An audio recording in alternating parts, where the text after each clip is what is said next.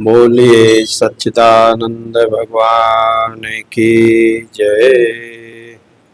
सतगुरुदेव भगवान की जय।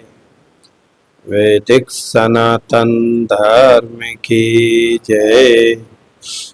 ज्ञान स्वरूपेश्वर महादेव की जय। शिवोहम।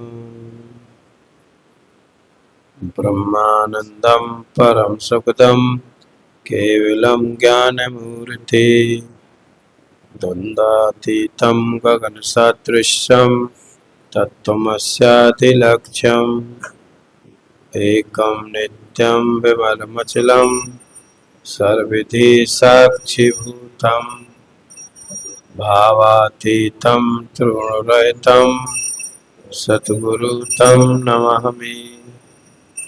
नित्यशुद्धं निराभासं निराकारं निरञ्जनं नित्यभूतं चिदानन्दं तस्मै श्री गुरुवे नमः। तस्मै श्री गुरुवे नमः। तस्मै श्री गुरुवे नमः। बोलिए सच्चिदानंद भगवान की। वैदिक सनातन धर्म की। ज्ञान स्वरूपेश्वर महादेव की। शिवोहम। नारायण। भगवान श्री कृष्ण पहले ही इस बात को बोल दिया है कि कामः ऐसा क्रोधा ऐसा रजोगुण संभवा, कि हे अर्जुन ये काम और क्रोध ये रजोगुण को बढ़ाने वाले हैं। अच्छा, जब रजोगुण बढ़ेगा तो आपको मालूम है कि रजोगुण विपरीत दिशा में ले जाएगा। महामोह महापापात्मा, ये बड़े भारी पाप भी करवा देते हैं। इसीलिए रजोगुण और तमोगुण का समन हो और सतोगुण का उदय हो, तब ये जो आत्मज्ञान है ना, ये समझ में आएगा। अब भगवान यहाँ अर्जुन से कह रहे हैं कि अर्जुन, ज्ञान स्वरूप सब है, ऐसा कोई नहीं जहां ज्ञान ना हो। लेकिन भगवान जिस बात को कहना चाह रहे हैं, धूमेन आवृते वही यथा आदर्शनम मलेन चा। यथा उल्बेन आवृता गर्भस्य तथा तेन इदम आवृतम। अब भगवान ने कहा कि हे अर्जुन, जैसे अग्नि को धुआं ढक देता है,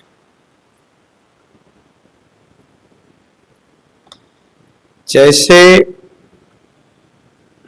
जो मैल है, जो धूल है, वह दर्पण को ढक देती है, और जैसे जेल जो है ना वो बच्चे को ढक देता है, ऐसे ही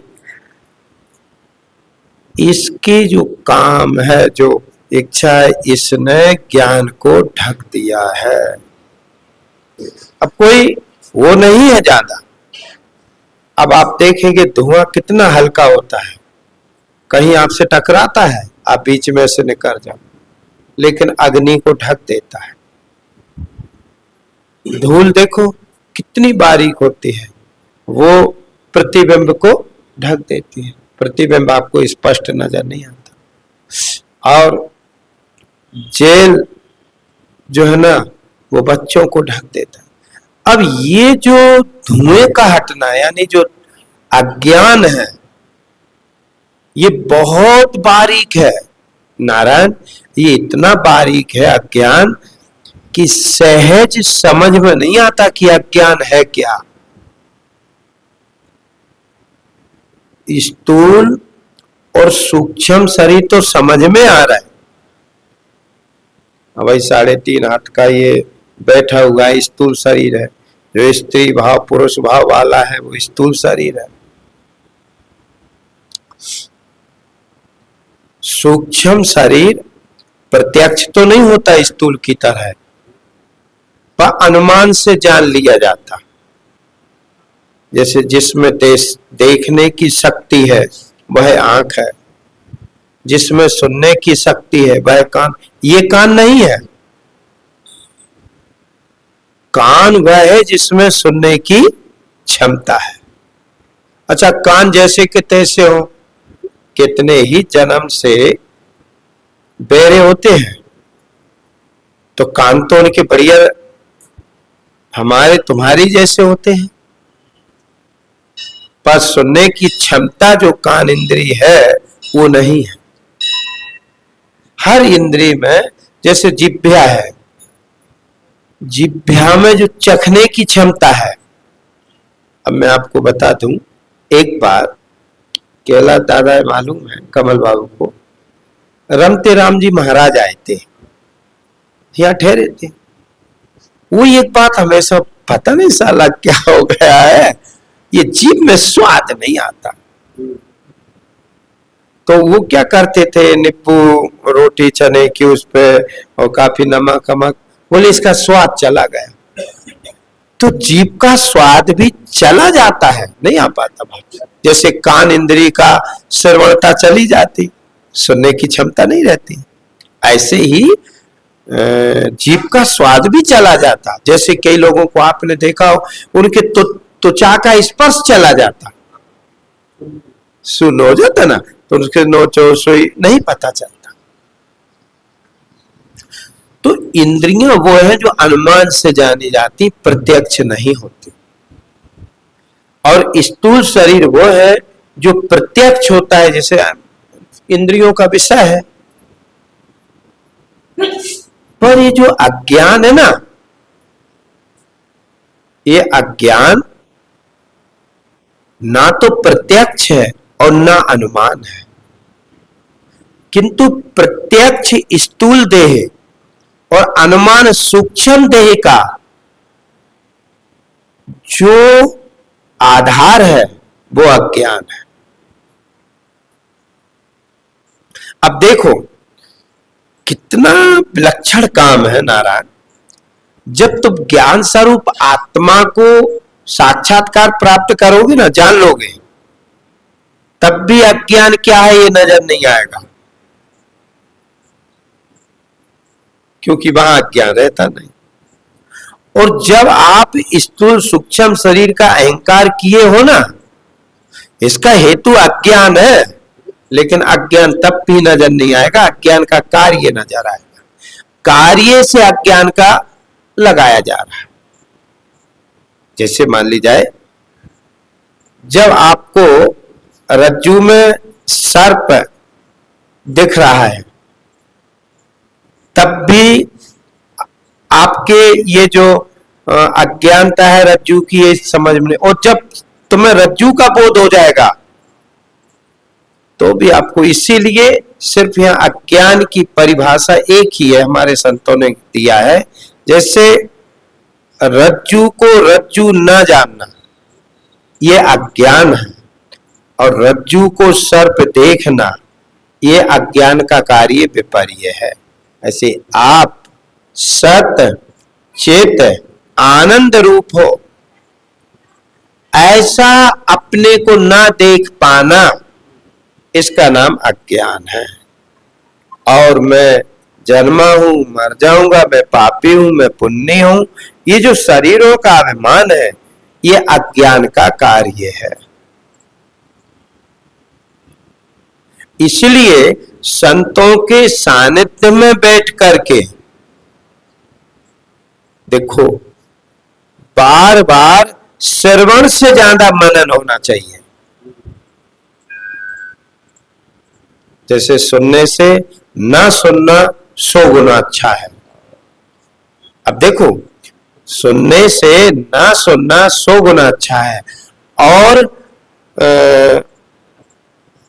गलत बोल रहा है, बिल्कुल सही है। ना सुनने से सुनना 100 गुना अच्छा है, सही है। ना सुनने से सुनना 100 गुना अच्छा है। सुनने से भी मनन करना 100 गुना अच्छा है। मनन करने से भी निधिध्यासन करना 100 गुना अच्छा है। कल बैठे थे, चर्चा हो रही थी किसी से, ऐसी चर्चा आई तो जैसे एक विषय आया कि हम किसी से लड़ते हैं, किसी से कोई बात कहते हैं बुराई, तो हम किसी से लड़ते हैं तो वो लड़ाई तो 2-5 मिनट की होती है, 10 मिनट की होती है, लेकिन उस लड़ाई का जो मुद्दा बनता है ना दिमाग में, वो घंटों तक वही चलता रहेगा, रील घूमती रहेगी। क्यों? अब वो क्या हुआ कि उसका दिमाग में चढ़ गया। कितनी देर हम उसको ले गए खींच के। तो कोई भी बात हुई हमारे 2, 5, 10 मिनट 20 मिनट की हुई, लेकिन ठीक इसी तरह सत्संग हमने भलाई 10 मिनट 20 मिनट सुना हो, लेकिन उस सत्संग का प्रभाव जैसे ये तो इसकी बातें गूंजती रही, ऐसे यदि हमारी बुद्धि में सत्संग की बातें, नारायण, फिर इस अध्यास को ठहरने के लिए जगह बचेगी। और मैं तो कहूंगा कि सच है कि यदि इस आश्रम का सहारा ना मिला होता, सतगुरु का सहारा ना मिला होता, तो यहाँ कोई बताने वाला नहीं था कि तुम चेतन हो, तुम सत हो, तुम आनंद रूप हो। ये तो सतगुरु के वचन उन्होंने बताया, और वास्तव में ऐसे हमें, इसलिए नारायण, जब आप अपने स्वरूप को जानोगे फिर अज्ञान को देखोगे तो भी अज्ञान कोई वस्तु नहीं है। इसीलिए प्रयत्न करना चाहिए कि हम अपने आप को कैसे पहचानें। मैं देह हूं, मैं स्त्री हूं, मैं पुरुष हूं, ये मेरी पहचान नहीं है, ये पंचभूतों से बना हुआ स्थूल शरीर की पहचान है। मैं देखता हूं, मैं सुनता हूं, मैं सुखी हूं, मैं दुखी हूं, ये मेरी पहचान नहीं है, ये पंचभूतों से बना हुआ सूक्ष्म शरीर की पहचान है। मैं परमात्मा को नहीं जानता, परमात्मा से दूर हो गया, उसे प्राप्त, ये भी मेरी पहचान नहीं है, ये तीसरा कारण शरीर की पहचान है। मैं कौन हूं?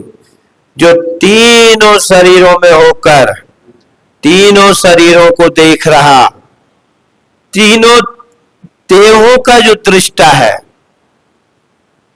हाँ, तीन देह की तीन अवस्था।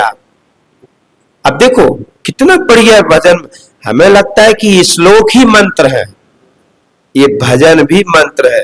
तीन देह की तीन अवस्था, और आप क्या हो? इनके साक्षी, आप इनके साक्षी हो, इनके साक्षी प्यारे। देह मत बन जाना, देह के जानन हारे। आप इन तीन देह के साक्षी हो, तीन देह नहीं। तीन देह कौन कौन सी है?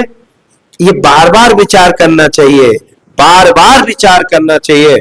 और कब तक विचार करना चाहिए? बोले जब तक हम अपने को देह से न्यारा ना देख लें। जैसे आज का तो थ्रेसर चल गए हैं, ये शरीर गांव में जन्म हुआ तो गांव में रहा, तो जब बचपना था ना, तो शायद आप लोग भी जानते हो, एक सला किसको कहते? बीनते थे। मतलब खेतों में जो बैलगाड़ियों में भर के चने और मसूर आदि आती थी ना, तो पेड़ बहुत होते थे तो उनमें बिंद जाते थे, तो वो एक एक दो दो डंडी उन्हें बिंद गई, तो वो किसान तो अपनी गाड़ी लेके चला गया, तो बच्चे उसके नीचे बैठते थे, तो उसको बमूल की डालियों से वो हटा ले, फिर उसको कूटते थे, या अपन यूं कह ले गेहूं की बारी, ठीक है, उसको घर पे ले। उसको हम कब तक कूटते हैं? जब तक वो छिलका अलग है, या हम दही को कब तक मथते हैं? जब तक वो दही से मक्खन अलग है। अच्छा, अलग हो गया फिर मथते हैं,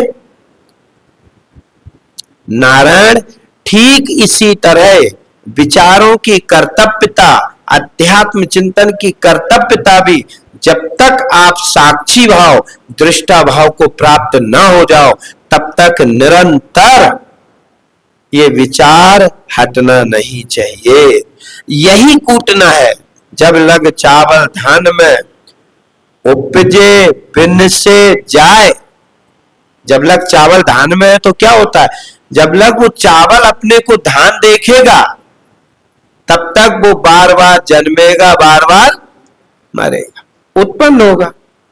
लेकिन जग छिलके को निकसते मुक्त रूप हो जाए। जैसे ही आपने धान को कूट दिया, छिलका अलग किया, फिर उसमें क्षमता है उगने की? नहीं। ठीक इसी तरह छिलका माने स्थूल सूक्ष्म कारण शरीर, या माया कह लो, सीधे माया भी आपके छिलका, चाहे आप स्थूल सूक्ष्म कारण शरीर कह दो, चाहे माया कह दो, क्योंकि माया और शरीर ये कहने में दो है, पर वस्तु चाहे आप जहर कह दो, चाहे जहर वाले लड्डू कह दो, ठीक है ना, वो एक ही है, जहर है। तो स्थूल, ये समझाने की प्रक्रिया में हम स्थूल सूक्ष्म कारण आदि शरीरों का आरोप करते हैं, ना तो ये माया बोलते हैं। माया माने अज्ञा। तो ये नारायण, ये जो माया है ये छिलका है।